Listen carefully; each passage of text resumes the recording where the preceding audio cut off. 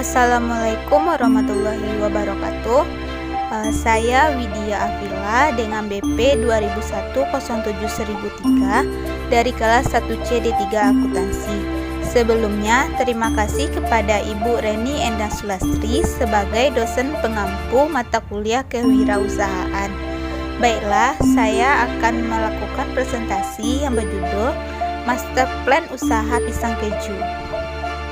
Yang pertama, kita akan membahas latar belakang. Buah pisang tergolong buah yang banyak ditanam di Indonesia dan tergolong buah yang murah. Manfaat buah pisang sudah dikenal banyak kalangan. Selain itu, juga disukai oleh berbagai umur, mulai dari anak-anak sampai dewasa, karena teksturnya yang empuk dan rasanya manis jika sudah matang. Kebutuhan masyarakat akan konsumsi yang semakin meningkat merupakan salah satu ide untuk membuat usaha ini. Selain pisang keju adalah olahan makanan yang inovasi, usaha ini juga sangat menarik minat pembeli karena makanan ini mempunyai rasa yang berkualitas dan dapat dinikmati oleh semua kalangan dengan harga ekonomis atau terjangkau. Manfaat buah pisang yang pertama yaitu kesehatan kardiovaskular dari jantung. Satu buah pisang mengandung sekitar 467 mg kalium, yaitu mineral yang merupakan elektrolit yang bermanfaat kuat melindungi sistem kardiovaskular. Yang kedua, menyehatkan tulang. Meskipun pisang tidak mengandung jumlah kalsium dalam jumlah tinggi, namun memberikan tubuh sebuah zat yang mendorong probiotik yaitu bernama yang bermanfaat meningkatkan kemampuan tubuh untuk menyerap kalsium. Yang ketiga yaitu meningkatkan energi dan menyeimbangkan mood. Yang keempat, menjaga kesehatan mata. Yang kelima, melancarkan pencernaan. Dan terakhir yaitu mencegah penyakit HIV. Berikutnya yaitu analisa rencana usaha berupa aspek organisasi dan manajemen. Berikut ini merupakan struktur organisasi yang direncanakan oleh usaha pisang keju. Nama usaha pisang keju, alamat usaha Jalan Labuh Lurus, Kecamatan Talamu, Kabupaten Pasaman Barat. Nama pemilik Widya Afila, status pemilik di usaha adalah pemilik usaha. Visi usaha pisang keju yaitu dengan lebih populernya pisang keju dapat membuka lapangan pekerjaan dengan lebih luas lagi, sehingga menjadikan pisang keju menjadi jajanan favorit di kalangan masyarakat. Diharapkan dapat menambah atau meningkatkan varian rasa yang lebih banyak lagi. Misi usaha pisang keju yaitu menciptakan dan menambah inovasi dalam varian rasa, memberikan pelayanan terbaik dan memuaskan konsumen, mempromosikan pisang keju kepada masyarakat melalui sosial media, dan yang terakhir yaitu menjamin mutu dan kualitas pisang keju ini dengan menggunakan bahan-bahan dengan kualitas terbaik. Tujuan usaha pisang keju yaitu sebagai sebuah usaha homemade yang sederhana namun menguntungkan, membantu mempertahankan minat orang terhadap buah lokal yaitu buah pisang, dan yang terakhir mendapatkan keuntungan yang sebanyak-banyaknya dari modal yang secukupnya.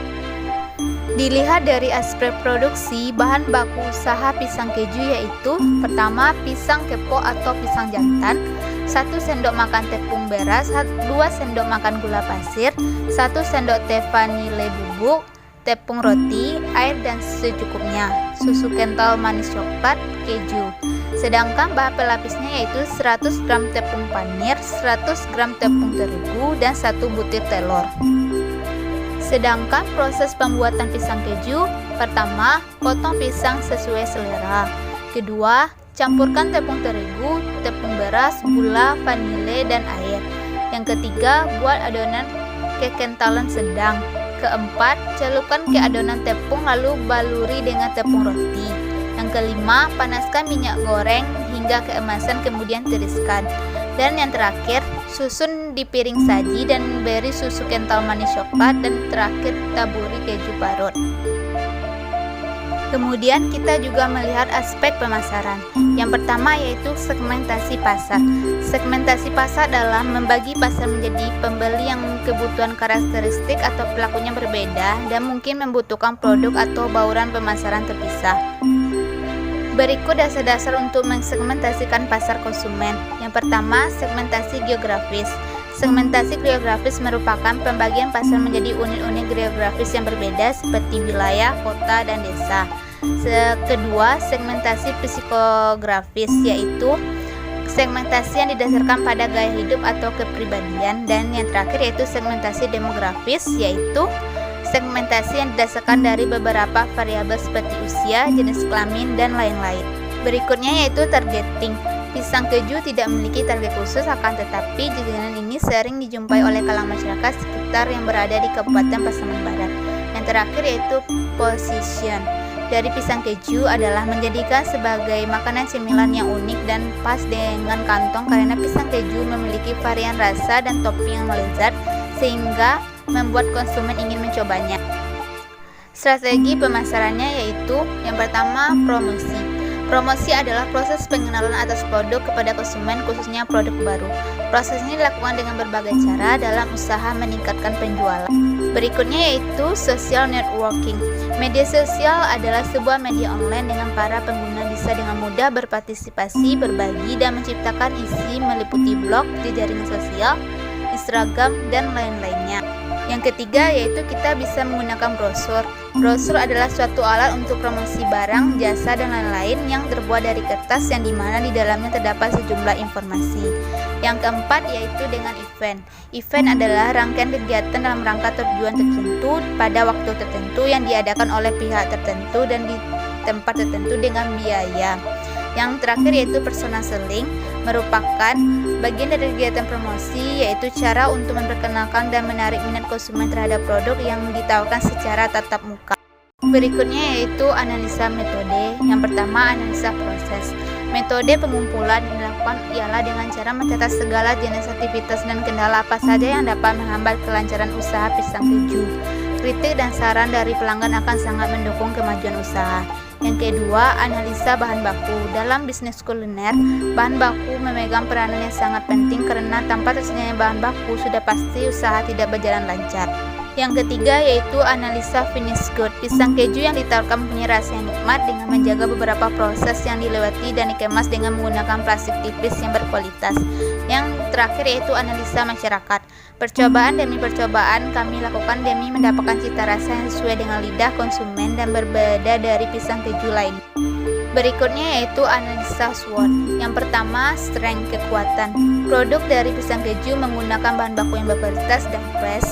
Yang kedua, produk pisang keju tidak menggunakan pewarna buatan. Yang kedua, weakness, yaitu kekurangan. Kurangnya informasi ke konsumen tentang pisang keju dan apa itu pisang keju. Merek pisang keju belum dikenal baik oleh konsumen dan masyarakat. Yang ketiga, opportunities. Pertama, besarnya minat dan keinginan masyarakat terhadap jajanan unik dan harga terjangkau. Selanjutnya yaitu threat atau ancaman, yaitu munculnya pesaing baru yang datang dan memiliki inovasi yang lebih menarik perhatian konsumen. Yang kedua, harga bahan baku yang sewaktu-waktu bisa naik. Kemudian yaitu analisa biaya. Yang pertama yaitu kita melihat modal awal.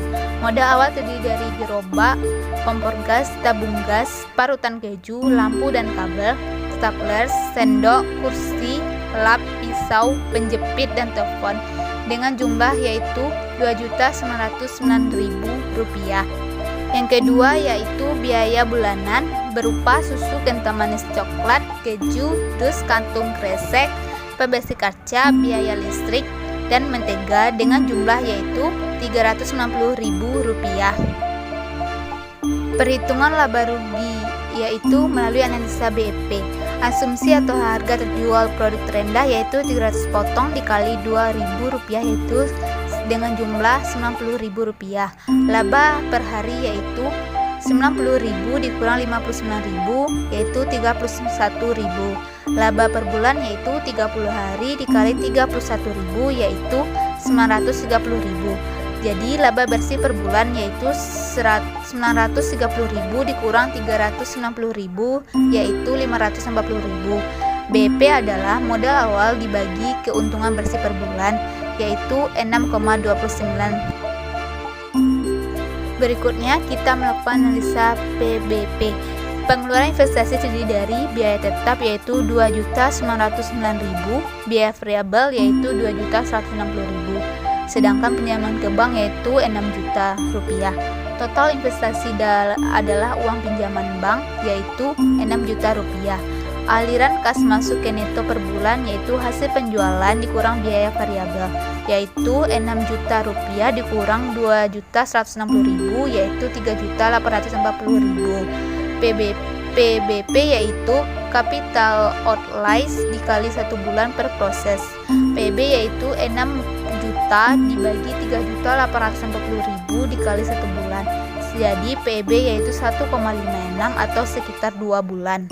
Dari hasil PBP usaha pisang keju ini akan kembali modal setelah usaha ini berjalan 2 bulan. Karena PBB kurang dari masa pinjaman 2 tahun, maka usaha ini dibilang layak.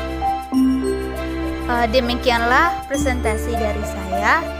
Jika ada salah dan kekurangan mohon dimaafkan. Assalamualaikum warahmatullahi wabarakatuh.